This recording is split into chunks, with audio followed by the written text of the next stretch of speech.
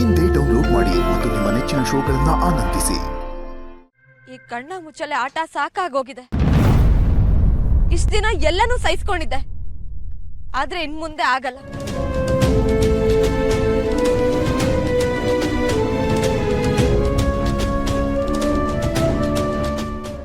ನಿಮಗ್ ಗೊತ್ತಿರೋದು ನಿತ್ಯ ಹೋಟೆಲಿ ಮಗುದಿ ಅನ್ನೋ ಸತ್ಯ ಮಾತ್ರ.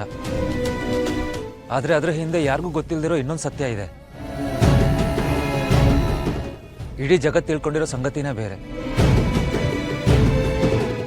ಆದ್ರೆ 4 ಗೋಡೆ ಮಧ್ಯೆ ನಡೆದಿದ್ದ 3 ಗಂಟೆ ಸತ್ಯನೇ ಬೇರೆ. ನಿತ್ಯ ಮತ್ತೆ ನಾನು ಮದುವೆ ಆಗಿಲ್ಲ.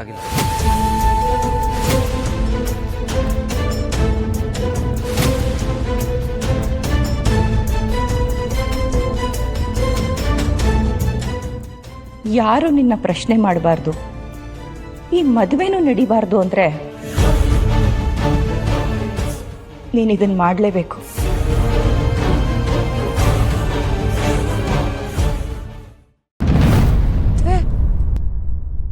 ಇಬ್ರು ಮದ್ವೆ ಆಗಿಲ್ವಾ ಸರ್? ನೀವೇನ್ ಹೇಳ್ತಿದ್ದೀರಾ? ಅಕ್ಕ, ನೀನಾದ್ರೂ ಹೇಳೆ. ಮದ್ವೆ ಆಗಿಲ್ಲ ಅಂದ್ರೆ ಏನರ್ಥ? ಅವತ್ ಮಂಟಪದಲ್ಲಾಗಿದ್ ಶಾಸ್ತ್ರ ಸುಳ್ಳ? ನೀವ್ ಹನಿಮನ್ಗೆ ಹೋಗಿದ್ ಸುಳ್ಳ? ಇಷ್ಟ ದಿನ ನೀವು ಕಣ್ಣ ಹೆಂಡತಿ ತರ ಇದ್ರಲ್ಲ, ಅದು ಸುಳ್ಳ? ಹೌದು, ಸುಳ್ಳು, ಎಲ್ಲ ಸುಳ್ಳು.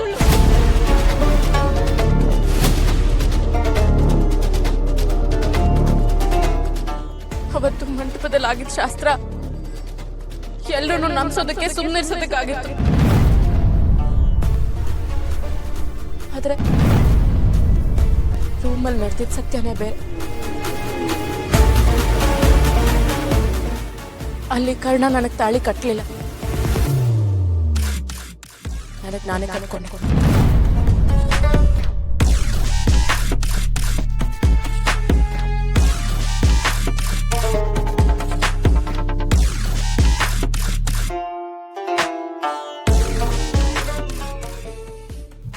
ಆದ್ರೆ ನಾವು ಈ ಸತ್ಯನ ಯಾರಿಗೂ ಹೇಳೋ ಪರಿಸ್ಥಿತಿಲಿ ಇರಲಿಲ್ಲ.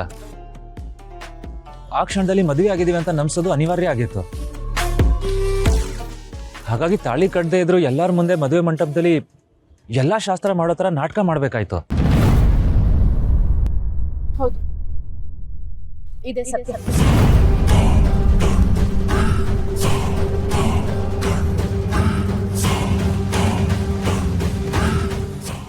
ಹಾಗಾದ್ರೆ ಹನಿಮೂನ್ ತೇಜಸ್ನ ಹುಡುಕಕ್ಕೆ ಅಂತ ನಮ್ಮಿಬ್ರಿಗೂ ಇದ್ದಿದ್ ನೆಪ ಅಷ್ಟೆ. ತೇಜಸ್ ಎಲ್ಲಿದ್ದಾನೆ ಅಂತ ಗೊತ್ತಾಗ್ತಿದ್ದ ಹಾಗೆ ಅವನ್ನ ಹುಡ್ಕೋದಕ್ಕೆ ಹನಿಮೂನ್ ಅಂತ ನಾವಿಬ್ರು ಸುಳ್ಳು ಹೇಳಿದ್ದು.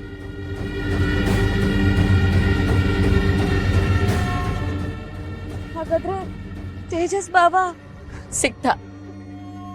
ಅವನನ್ನ ನಾನು ನೋಡ್ದೆ, ಆದ್ರೆ ಆ ಥರ ನೋಡ್ತೀನಿ ಅಂತ ನಾನು ಅನ್ಕೊಂಡೇ ಇರ್ಲಿಲ್ಲ.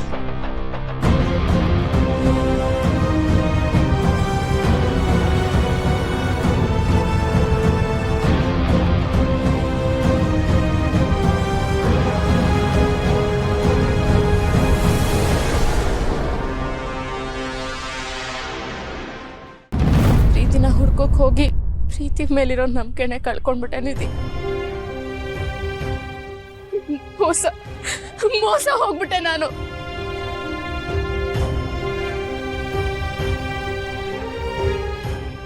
ಅದೇ ಕಾರಣಕ್ಕೆ ಮಗುನು ಅಬಾರ್ಟ್ ಮಾಡ್ಸಕ್ಕೆ ಅಂತ ಹೋದೆ. ಆದ್ರೆ ಅದು ನೀವ್ ಬಿಡ್ಲಿಲ್ಲ ಅಲ್ವಾ ಸರ್?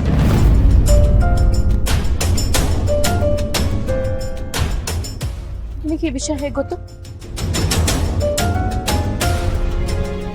ಕರ್ಣ ಸರ್ ಬಗ್ಗೆ ನಂಗೆ ತುಂಬಾ ಚೆನ್ನಾಗಿ ಗೊತ್ತು ಅಕ್ಕ.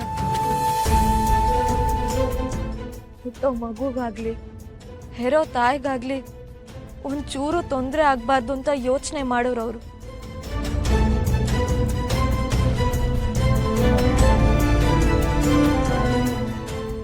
ಆ ಮಗು ಬರೀ ಉಸಿರಲ್ಲ, ಒಂದು ಹೆಸರು ಕೊಟ್ಟು ತನ್ನ ಮಗು ತರನೇ ನೋಡ್ಕೋತೀನಿ ಅಂತ ಮಾತು ಕೊಟ್ಟಿದ್ದಾರೆ ಕರ್ಣ. ಇರೋ ಸತ್ಯನ ನಿನ್ನಿಂದ ಮುಚ್ಚಿಡ್ಬೇಕು ಅನ್ನೋದು ನನ್ನ ಉದ್ದೇಶ ಅಲ್ಲ ನಿಧಿ. ಆದ್ರೆ ಏನಂತ ಹೇಳ್ಬೇಕಿತ್ತು? ನಾನೊಬ್ಬ ಮೋಸಗಾರನ ಪ್ರೀತಿಸ್ದೆ ಅಂತ ಹೇಳ, ನಾನು ಮೋಸ ಹೋದೆ ಅಂತ ಹೇಳ. ಎಲ್ಲ ವಿಷಯ ಹೇಳಿ ನಿನ್ ಕಣ್ಣಲ್ಲಿ ಬೆಲೆ ಕಳ್ಕೋಬೇಕಾಗಿತ್ತ ನಾನು? ಅದಕ್ಕೆ ತುಂಬಾ ಗೊಂದಲ ಆಗೋಗಿತ್ತು ನನ್ಗೆ. ನಿನ್ ಹತ್ರ ಏನು ಹೇಳ್ಕೊಳಕ್ ಆಗ್ಲಿಲ್ಲ. ಪ್ಲೀಸ್ ನನ್ನ ಕ್ಷಮಿಸ್ಬಿಡು ಪ್ಲೀಸ್. ಪ್ಲೀಸ್ ಹಾಗೆಲ್ಲ ಮಾತಾಡ್ಬೇಡ ಕಣೆ.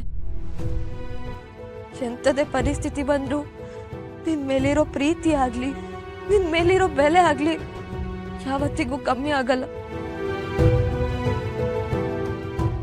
ನೋವಾದ್ರೆ ನಾನು ಯಾವತ್ತಿಗೂ ನಿನ್ ಜೊತೆಗೆ ನಿಲ್ತೀನಿ ಹೊರತು ನಿನ್ನನ್ನ ಯಾವುದೇ ಕಾರಣಕ್ಕೂ ಬಿಟ್ಕೊಡಲ್ಲ.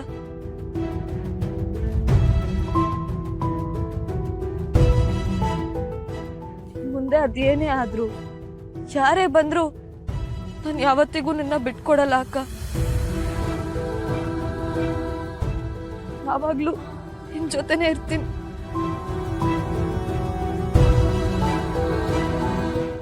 ಥ್ಯಾಂಕ್ಸ್ ಕಣೆ, ಥ್ಯಾಂಕ್ಸ್ ನಾನು ಅರ್ಥ ಮಾಡ್ಕೊಂಡಿದ್ದಕ್ಕೆ.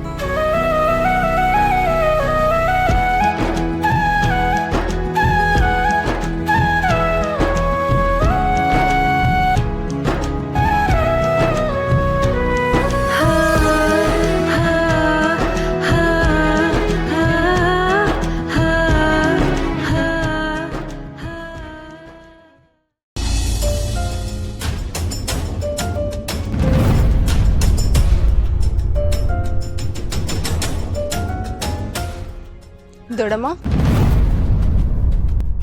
ಏನ್ ಪುಟ್ಟ, ಏನಾದ್ರೂ ಬೇಕಾಗಿತ್ತಾ?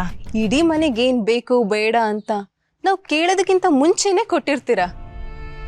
ಆದ್ರೆ ನಿಮ್ ಮನ್ಸಲ್ಲಿ ಏನಿದೆ ಅನ್ನೋದನ್ನ ಬಚ್ಚಿಟ್ಕೊಂಡು ನೀವು ಒಬ್ಬೊಬ್ಬರೇ ಒದ್ದಾಡ್ತಿರ್ತೀರ. ಯಾಕೆ ದೊಡ್ಡಮ್ಮ, ಏನಾಯ್ತು ಹೇಳಿ ದೊಡ್ಡಮ್ಮ, ಏನಾಯ್ತು? ಯಾಕೆ ಹೀಗಿದ್ದೀರಾ? ಅಣ್ಣ ನಿಮ್ ಸ್ವಂತ ಮಗ ಅಲ್ದೇ ಹೋದ್ರು ನಿಮ್ ಸ್ವಂತ ಮಗನ್ಗಿಂತ ಹೆಚ್ಚಾಗೆ ನೋಡ್ಕೊಂಡಿದ್ದೀರಾ. ನನ್ನನ್ನು ಹಾಗೆ ಅನ್ಕೊಂಡ್ ಮಾತಾಡಿ ಹೇಳಿ ದೊಡ್ಡಮ್ಮ, ಏನಾಯ್ತು? ಏನ್ ಪುಟ್ಟ ಈ ತರ ಎಲ್ಲ ಮಾತಾಡ್ತೀಯ? ನಿನ್ನನ್ನು ದೊಡ್ಡಮ್ಮ ಅಂತ ಕರೆದ್ರು ಅದ್ರಲ್ಲಿ ಅಮ್ಮ ಅನ್ನೋ ಪದ ಇದೆ ತಾನೆ? ಅಂದ್ಮೇಲೆ ಹೀಗೆಲ್ಲ ಕೇಳ್ಕೋಬೇಕಾ ನೀನು? ಹಾಗಾದ್ರೆ ಯಾಕೆ ಒಂಥರ ಇದ್ದೀರಾ ಹೇಳಿ? ಕರ್ಣ, ನಿಧಿ, ನಿತ್ಯ 3 ಜನನೂ ಎಲ್ಲೋ ಹೊರಗಡೆ ಹೋದ್ರು. ಇಷ್ಟೊತ್ತಾದ್ರೂ ವಾಪಸ್ ಬಂದಿಲ್ಲ. ಎಲ್ಲಿ ಹೋಗಿದ್ದಾರೆ ಅಂತಾನೂ ಗೊತ್ತಿಲ್ಲ. ನಂಗೆ ಯಾಕೋ ಭಯ ಆಗ್ತಿದೆ ಕಣೆ. ಫೋನ್ ಮಾಡಿದ್ರಾ? ಮಾಡಿದ್ದೆ, ಸಿಕ್ತಿಲ್ಲ. ಮತ್ತೊಂದ್ಸಲಿ ಮಾಡ್ದೆ, ಆದ್ರೂ ರಿಸೀವ್ ಮಾಡ್ತಿಲ್ಲ. ಅಣ್ಣ ಅವ್ರಿಬ್ರು ಜೊತೆ ಎಲ್ಲೋಗಿರಕ್ ಸಾಧ್ಯ? ಅಯ್ಯೋ ದೊಡ್ಡಮ್ಮ, ಇಲ್ಲೇ ಎಲ್ಲೋ ಹೋಗಿರ್ತಾರೆ ಬಿಡಿ. ಅವ್ರಿಗೂ ಮನೇಲಿದ್ದು ಬೇಜಾರಾಗಿರುತ್ತಲ್ವಾ, ಅದಕ್ಕೆ ಅಣ್ಣನೇ ಎಲ್ಲೋ ಕರ್ಕೊಂಡು ಹೋಗಿರ್ತಾನೆ. ಅದಕ್ಕೆ ನೀವ್ಯಾಕೆ ಟೆನ್ಷನ್ ಮಾಡ್ಕೊಂಡಿದ್ದೀರಾ? ಇವಾಗ ನಾನೇ ಅವ್ರಿಗೆ ಫೋನ್ ಮಾಡ್ತೀನಿ, ನೀವೇನೂ ಟೆನ್ಷನ್ ಮಾಡ್ಕೋಬೇಡಿ.